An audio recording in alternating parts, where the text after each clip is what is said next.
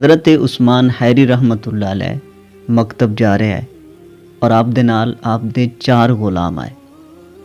بڑی شان و شوکت دے نال آپ مکتب دی طرف روانہ ہے اور اس انداز نال جا رہا ہے کہ آپ دے کول سونے دا قلم اور سونے دی دوات آئی. بہت قیمتی لباس اور بہت قیمتی آپ نے سر تے امامہ بننا ہویا. تو گزردے آپ دی نظر پئی آپ نے ویکھا کہ ایک زخمی گدھا رستے دے وچ کھڑا ہے جس دی پشت زخمی ہے. حضرت عثمان حیری رحمت اللہ علیہ دی جدوں نظر پئی تو آپ نے اس تے ترس آیا. آپ نے اپنا قیمتی امامہ شریف اتارا اور اس گدھے دی پشت تے اس زخم تے اس نو بند دیتا. پھر اس تو بعد اپنا قیمتی لباس اتارا، اپنی قبا اتاری اور اس گدھے دی پشت تے پا دیتی. اللہ تبارک و تعالیٰ نو آپ دی ادا اتنی پسند آئی کہ اللہ تبارک و تعالیٰ نے آپ نو چن لیا. اس تو بعد آپ نو مراتب حاصل ہوئے کہ جڑے بہت کم لوگاں دے مقدر یا نصیب چاہتے ہیں. حضرت عثمان حیری رحمت اللہ علیہ حضرت ابو حفص حداد رحمت اللہ علیہ دے عقیدت منداں دے وچوں ہے. آپ انہاں دی خدمت دے وچ رہندے ہیں. انہاں دے کولوں آپ نے طریقت دے علوم سیکھے اور انہاں دے کولوں ہی فیض حاصل کردے رہے.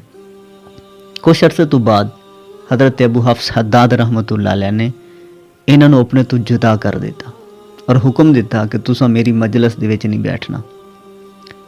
حضرت عثمان حیری رحمت اللہ علیہ حکم من کے چلے گئے، لیکن جس جگہ تے حضرت ابو حفص حداد رحمت اللہ علیہ دی نشست لگ دی ہے آپ اپنے مریداں نو اپنے شاگرداں نو عقیدت منداں نو واز کر دیا ہے یا انہاں دے کول بیٹھ دیا ہے.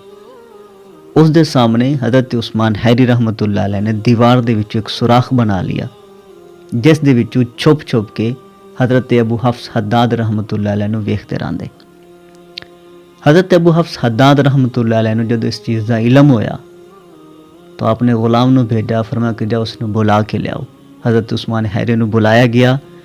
حضرت ابو حفص حداد نے انہاں دا بازو پکڑا، اپنے گھر لے گئے اور اپنی صاحبزادی دے نال انہاں دا نکاح پڑھا دیتا. حضرت عثمان حیری رحمت اللہ علیہ دے بارے مشہور آ کہ آپ نو غصہ نہیں آندا، خاص کر جدو کوئی انسان آپ نو تکلیف دیندا، کوئی تنگ کردا، کوئی پریشان کردا تو آپ کسے دی گل تے غصہ نہ کردے. تو ایک بندے نے آزماون واسطے حضرت عثمان حیری نو بلایا کہ حضور میرے گھر دعوت ہے، میں کچھ کھانا پکایا ہے اور میری خواہش ہے کہ تسی میرے گھر تشریف لے آؤ. حضرت عثمان حیری رحمت اللہ علیہ نے دعوت قبول فرما لی اور اس کے گھر چلے گئے. جدو گھر پہنچے تو اس نے آکھا جی کھانا تے ختم ہو گیا، تسی لیٹ آئے جے. حضرت عثمان حیری واپس پلٹے، چند قدم ٹرے، اس نے آواز دیتی کہ بابا جی ہٹو، میں گھرے ویکھنا، ہو سکتا ہے کچھ کھان نو مل جائے. آپ پھر واپس آ گئے. وہ پھر گھرے وڑ گیا. کافی دیر تو بعد پھر باہر آیا تو ویکھا کہ آپ دروازے تے کھڑے آئے. تو آکھن لگا جی میں نے تے یاد نہیں رہا، چلو تسی رکو میں ہنے پتہ کر کے آنا. پھر گیا، تھوڑی دیر بعد پھر واپس آیا. آکھن لگا جی نہیں، کھان واسطے کچھ نہیں ہے. حضرت عثمان حیری پھر چند قدم چلے، اس نے پھر آواز دی تھی، حتیٰ کہ 30 دفعہ اس طرح ہویا کہ اس نے آپ نو بلایا اور آپ نو جھٹلایا. جدو 30 دفعہ یہ کر چکا تو اس نو اپنے آپ ندامت ہوئی، شرمساری ہوئی اور آکھن لگا کہ بابا جی میں اتنی دفعہ تھانوں جھٹلایا ہے، تنگ کیتا ہے، پریشان کیتا ہے اور تسی اس دے باوجود غصہ نہیں کیتا. بڑے با کمال بزرگ ہو تسی. تو آپ نے فرمایا کہ میاں دے وچ کمال علی کیڑی گل ہے؟ ایک کو کمال ہے، یہ تو کتے دی صفت ہے کہ اس نے ٹکڑا وکھایا جاتا ہے تو دوڑ کے آندا ہے، اگر نہ پائے تو واپس چلا جاتا ہے.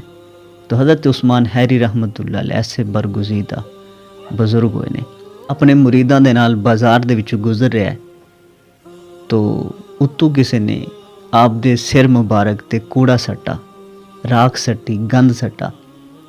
وہ اس طرح آیا کہ آپ دے زلفاں دے وچ آپ دی داڑھی تے اور آپ دے کپڑیاں تے پہ گیا.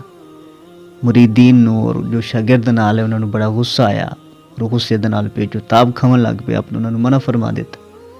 آپ نے فرمایا کہ میاں جڑا سر اگ دا سزاوار رہا اس دا صرف راکھ نال سڑ گیا ہے، کوڑا کرکٹ نال سڑ گیا ہے، گند نال سڑ گیا ہے، سانو ہور کی چاہیے.